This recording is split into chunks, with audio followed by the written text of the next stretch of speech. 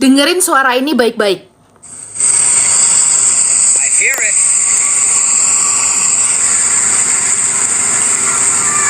I hear him. Where's she at? What the fuck is that noise, bro? What is that noise? This is crazy. I heard it. I heard it. I hear it.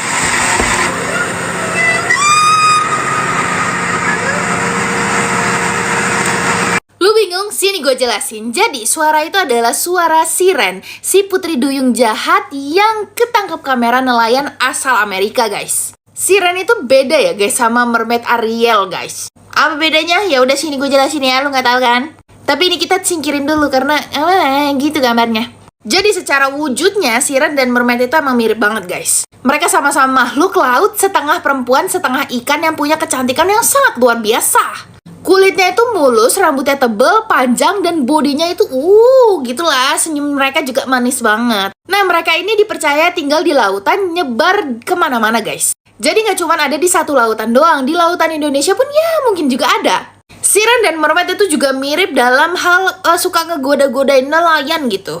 Menggunakan kecantikan mereka yang sangat luar biasa, siapa yang tidak tergoda tuh? Tapi di sini letak bedanya, guys. Kalau mermaid, mereka itu ngegoda cuma pengen nemenin nelayan-nelayan yang kesepian tuh, jauh dari istri mereka, dari rumah gitu. Mermaid itu dipercaya emang bakal diem doang, nempel di ujung kapal sambil ngeliatin nelayan ngelakuin tugas mereka gitu sehari-hari, mancing. Pokoknya intinya mermaid itu nggak macem-macem gitu, mereka cuma berniat ngehibur nelayan doang gitu, yang ngerasa sedih gitu, tinggal jauh dari rumah. Sedangkan siren, mereka mendekati nelayan karena pengen jadiin mereka makanan. Ciri-ciri kedatangan siren ini biasanya terdengar suara mereka yang merdu gitu dari jauh seperti video tadi. Nah, suara inilah nih yang bakal mancing para nelayan untuk nengokin ke arah laut, guys. Sama tuh tadi yang dilakukan sama si nelayan tadi. Kan dia kepo kan langsung kayak, itu dari mana asalnya? Nah, ketika nelayan itu udah ada di ujung kapal dan lagi ngelihat ke bawah air itu, guys, disinilah siren bakal narik nelayan itu ke dalam air. Dan nelayannya ini bakal ditenggelamin sama mereka dan bakal dimukbang rame-rame, guys, sama siren-siren lainnya. Untungnya di video yang tadi, nelayannya ini pinter, guys. Dia nggak lama-lama ngeliatin ke pinggir kapal, jadi dia langsung kabur. Jadi kalau nanti lo lagi di tengah laut terus denger suara ini, mending lo langsung kabur deh masuk ke dalam kapal, guys. Jangan di pinggir kapal ya. Kalau kalian suka cerita serem yang seru kayak begini, mampir ya ke YT gue karena gue di sana juga cerita yang lebih panjang dan lebih seru. Klik link di bio. Nih bagi perempuan jangan sampai bocor ya kalau lagi hate, karena wanginya itu bisa ngundang banyak makhluk halus. Gua sendiri aja sampai ditempelin. Kalau ceritanya Karani lebih parah karena nggak satu makhluk, tapi ada banyak makhluk. Kak, mau ceritain pengalaman pribadiku bareng teman-teman, bisa dijadiin pelajaran buat yang lainnya. Untuk gak kemana-mana kalau lagi datang bulan. Jadi ceritanya waktu itu maghrib aku baru pulang acara kampus, langsung istirahat di kos temen sambil lihat foto-foto yang tadi sempat kita foto. Taunya pas udah di kosan kita baru ngeh ada sesuatu yang ikut masuk di foto, yaitu gambar 2 kepala di atas pohon yang bener-bener cuman kepala doang. Udahlah ya, kita lanjut makan-makan aja. Nah, temanku yang punya kosan ini mau pulang dulu ke kampung halaman. Besoknya kembali ke kosan. Di sana ada 5 orang sama aku. Inisiatif bilang, ya udah kita ikut pulang ke rumah dia aja. Di sana posisinya aku lagi datang bulan. Skip, kita berangkat berlima. 2 cewek, 3 cowok. Sebut aja aku R, cewek. 1 lagi N, dan ketiga cowok itu I, A, dan J. Posisinya aku sama A digonceng, si N sama J digonceng, dan si I sendirian. Kita berangkat waktu itu sekitar jam 8:30 malam. Dan jarak dari kosan ke kampung halaman si A lumayan jauh.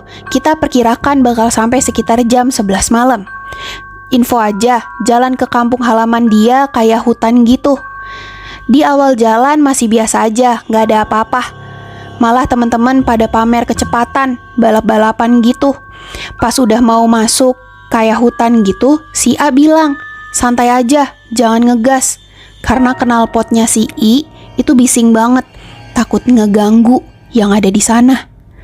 Tapi mereka nggak dengerin dan malah cepet-cepetan karena mau buru-buru keluar dari jalan itu. Dan ternyata pas udah hampir ujung hutan, si I bilang, "Weh, ada yang nyiram air." Dan si A sama si J juga ngerasain, padahal posisinya itu nggak hujan dan nggak ada orang sama sekali. Kita yang cewek nggak ngerasain apa-apa.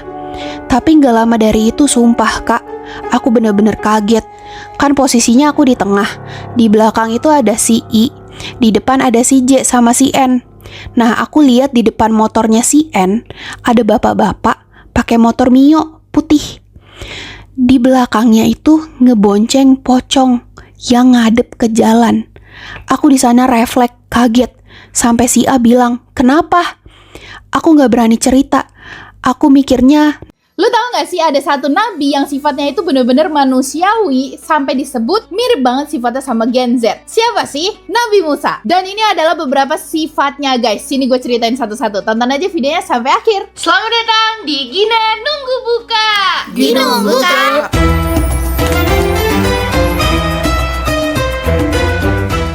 Oke, jadi Nabi Musa alaihissalam ini itu merupakan salah satu nabi yang spesial ya guys. Beliau itu bisa ngomong langsung dengan Allah tanpa perantara malaikat guys. Nah, setelah berdialog selama 40 hari bersama Allah dan udah ngerasa deket banget, Nabi Musa ini akhirnya meminta untuk bisa ngelihat Allah. Karena sebelumnya Nabi Musa itu ngelihat Allah tuh kayak api gitu loh guys. Sebenarnya udah dibilangin nih kalau Nabi Musa gak bakal sanggup untuk ngelihat Allah, tapi Nabi Musa tuh bener-bener kayak kekeh gitu. Enggak, tapi aku pengen lihat. Akhirnya disuruhlah nih Nabi Musa untuk naik ke atas gunung. Dan disitulah akhirnya Allah membuka satu tutupan dirinya guys. Dan disitu pun gunung langsung hancur dan Nabi Musa itu langsung pingsan. Nah, pas beliau sadar, beliau itu langsung bertaubat dan sadar kalau manusia itu nggak mampu untuk melihat Allah di bumi. Nah, itu yang pertama guys. Nah, yang kedua ini epic banget sih. Jadi pas malaikat Israel itu pengen nyabut nyawa Nabi Musa, malaikat Israel ini tuh menyamar sebagai manusia biasa guys. Nah, karena Nabi Musa itu ngira kalau ini itu orang asing nggak dia kenal, dia akhirnya nampar muka malaikat Israel sampai matanya itu rusak. Coba bayangin. Tapi akhirnya Allah menyembuhkan mata malaikat Israel dan nyuruh malaikat Israel untuk balik lagi bertemu dengan Nabi Musa. Karena dikiranya Nabi Musa seperti ini, itu karena Nabi Musa nggak pengen metong. Akhirnya ditawarkanlah nih untuk Nabi Musa naruh tangannya di punggung sapi jantan dan setiap bulu yang menutupi tangannya itu tuh bakal ditambahkan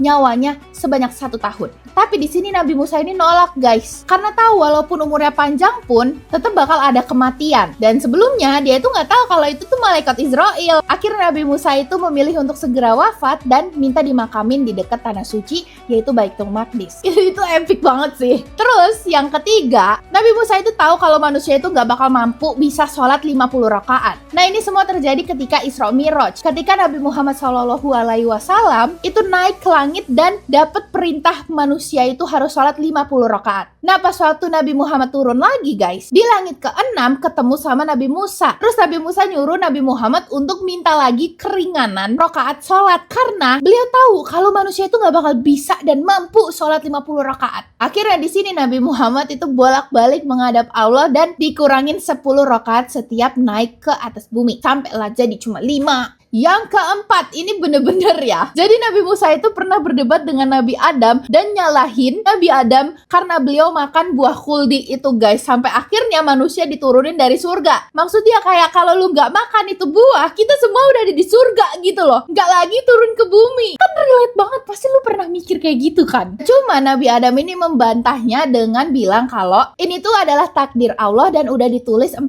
tahun sebelum penciptaannya Nabi Adam. Di sini Nabi Musa itu akhirnya setuju dan ya udah gitu. Ya terus yang kelima, Nabi Musa ini tuh pemberani banget guys. Jadi waktu Nabi Musa itu diutusin untuk berhadapan dengan Fir'aun, Nabi Musa itu benar-benar gak gentar guys untuk naruh tongkatnya dan berubahlah itu ya tongkatnya menjadi ular guys. Dia gak goyah sedikit pun. Nah terus yang keenam, Nabi Musa ini kepoan banget guys sama kayak kita semuanya. Jadi pernah Nabi Musa ini diutus sama Allah untuk belajar ilmu khusus sama Nabi Khidir. Nah di perjanjian awalnya Nabi Khidir tuh bilang kalau ya oke, lu boleh ikut sama gua, tapi lu gak boleh nanya satu pun ya sampai akhirnya selesai perjalanan kita. Tapi lu tahu gak, akhirnya setiap perbuatannya Nabi Khidir itu ditanya-tanya terus guys. Kayak kenapa itu perahunya dilobangin, kenapa anaknya disle, dan kenapa diperbaiki dinding rumahnya. Pokoknya itu ada ceritanya sendiri. Kalau misalnya lu pengen gue ceritain lebih lanjut ya boleh sih. Tapi intinya akhirnya Nabi Khidir ini udah capek banget sama Nabi Musa, akhirnya memutuskan untuk memisahkan perjalanannya. Kan tadinya perjanjiannya nggak boleh nanya-nanya, tapi akhirnya ditanya-tanya jadinya udah capek gitu guys.